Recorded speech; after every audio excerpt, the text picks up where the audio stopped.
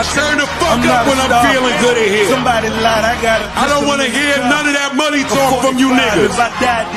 Your headboard is covering a very small window in your primary bedroom. I can tell it's not like that.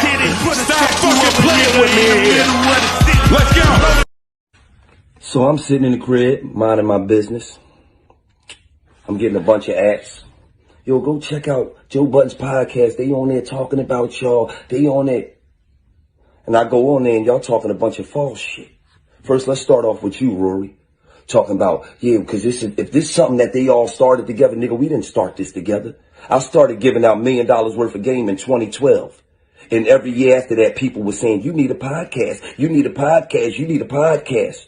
Who you talking about something we started out together? Then you talking about, no, because when they started, they was on SoundCloud. Nigga, we look like SoundCloud rappers to you, nigga. Huh? Yeah, because when they first started out, they wasn't getting no money. Nigga, who? If you go back to our second episode, we had sponsors. What is you niggas on there talking about? Joe Budden, you talking about, yeah, because the first 89 shows, we only 60 shows in. What is you niggas talking about, man? Talking about, yeah, because they used his facility for free. No, the fuck we didn't. We went there and asked that man, how much do you want to record our podcast in here every month? And we paid that nigga each and every month. And we paid that nigga for live shows. What is you niggas talking about, man?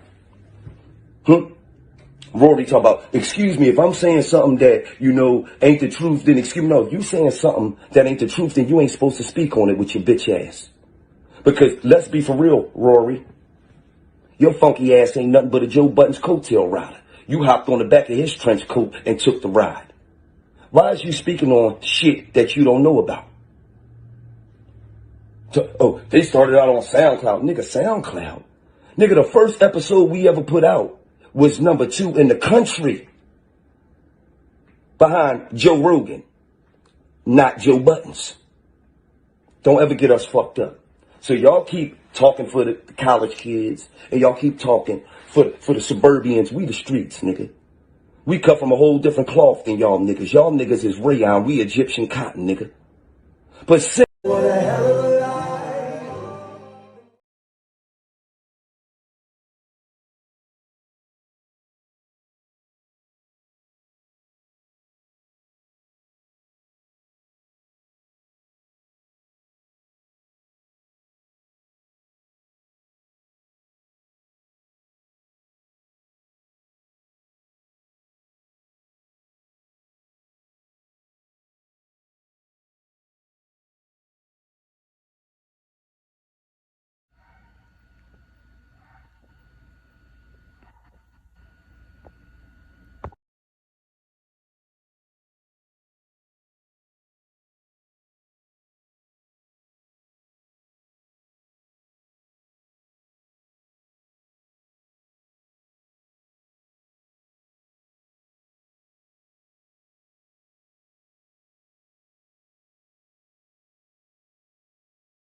So that was Joe and Gillie going back and forth at it the last couple days online. Joe was clowning Gillie on his podcast about his apartment window and all kind of silliness. But this goes back to 2020, when Gillie was talking about Joe and they were going back and forth since then. So this is podcast wars. This is not new. A lot of people think it's new, but it goes back to when Gillie and Wallow first got involved in podcasting. It doesn't seem like it's been that long, that $1 million worth of game has been around, but it has. And they got their deal with Barstool Sports last year. I know fans, when you're listening to a podcast, the most annoying thing is to hear people running ads every 10 minutes, but that's how they make money. That's how you get money in this business. Advertisements, sponsorships. And Joe, it seems like, Joe feels like he's like a pioneer to this hip-hop podcast world. He thinks he's Joe Rogan. He feels like he's a trailblazer. Everyone is now hitching their horse to the bandwagon and getting involved. I think Joe might have got involved. And sometimes when you're a martyr or you're a pioneer, you don't always reap the benefits that everybody else gets 40, 50 years later. He might have got into the game a little bit too early, because when did the Joe Budden show launch? Like 2015, 2016? I remember when it was on SoundCloud, just him, Rory, and Maul. And then it was just on YouTube. And then they fell out because the monetization money wasn't being spread out 3 ways like it should have been. And Joe's like, well, I'm putting all my money into this. And it was a whole thing with that. And they split up.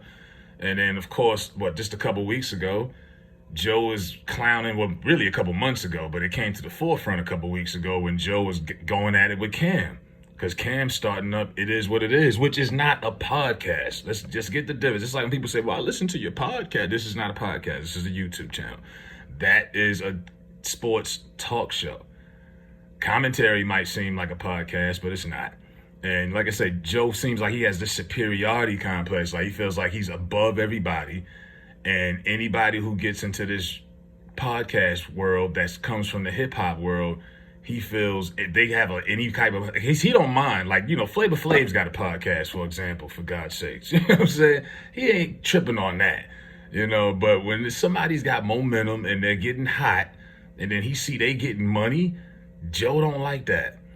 And that's what you're seeing. $1 Million Worth of Game has been one of the most popular podcasts out there the last few years. I don't have time to listen to it on everybody's shows, but it's out there. I know a lot of people who fuck with it.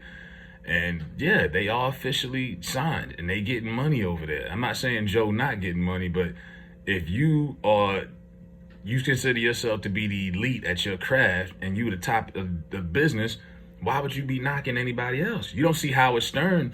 Howard Stern is one of the highest paid radio jocks in the business with Sirius XM. You don't see him clowning other people doing shit because ain't too many people out here get more money than Howard Stern. Same thing with Joe Rogan. The people that's at that top position that are getting top money are not bothered by anybody else out here making something else on the side. But it looks as if Joe's hating because he ain't making he ain't getting that bar stool money. You know what I mean? That's what Cam and them is trying to get. They're trying to get signed to Barstool or some kind of establishment. But I would recommend them to stop putting strippers in the studio during these halftime shows. Let's keep it professional. Let's keep it professional, man. Let's not ruin a good thing and be niggas. But yeah, man, it's just podcast wars. Like he has this town is only big enough for the both of us. It's only big enough for one of us type of mentality. I'm like, bro, it's like so many of these shows, man. They got a podcast for every type of genre, every type of thing you could be into. You're not going to satisfy everybody. And since Joe has replaced Rory and Maul, his show is still doing okay. I know he still got his diehard loyalists, his listeners, but it is what it is, man. But to sit here and keep dragging other people for doing the same thing, and it's like Joe's rap career wasn't, not that Gillie ever had a real rap career, he was a writer, but it's like Joe, he was ridiculed for so long for Pump It Up,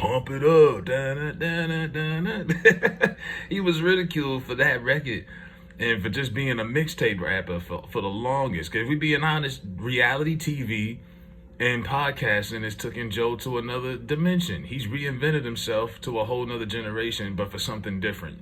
Depending on who you're talking to and how old they are, if you bring up Joe Budden, they know him from loving hip hop and from podcasting. And they can only really name maybe 1 or 2 songs. So he takes a lot of pride in this podcast and shit. Now, for a rapper who got a successful career, who done sold millions of records around the world and had this influence in hip hop, and let's say they try a podcast and it doesn't necessarily take off, they could take that and say, you know what, it is what it is, I tried. But for Joe, this is everything to him. You know what I mean? So he gets a kick out of laughing at these other rappers who were highly successful and that are doing shows now, trying to make ends meet or just trying to stay relevant, and he gets a kick out of seeing niggas struggle, on top of hating on niggas that's getting money possibly more than he is. Because like I said, you don't see other top elite podcasters that are making top, because you could be top dog. I don't care about your subscriptions and listeners and viewers. That don't mean shit. Or what kind of money are you bringing in? Because I could care less. I could have 1 million subscribers on here, but if I'm not making big money, what the fuck does it even mean?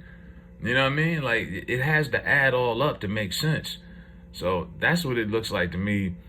Let me know what y'all think. Hit that thumbs up, man, if y'all watching this, about these podcast hip-hop wars and between Joe and Gillie. And like I say, Cam and Nori have obviously kissed and made up, pause. Nori went out of his way to try to tell everybody how they've been friends for 20 years. He's pulling up all these old clips from Rap City, and it kind of felt forced. Like, yeah, I talked to Killer. And it's like Cam didn't even say anything. But it's like, all right, well, don't be messy. And then 2 months later, when people start calling you out, now you want to backtrack. Oh, no, now you had 2 months to call Cam and fix this shit.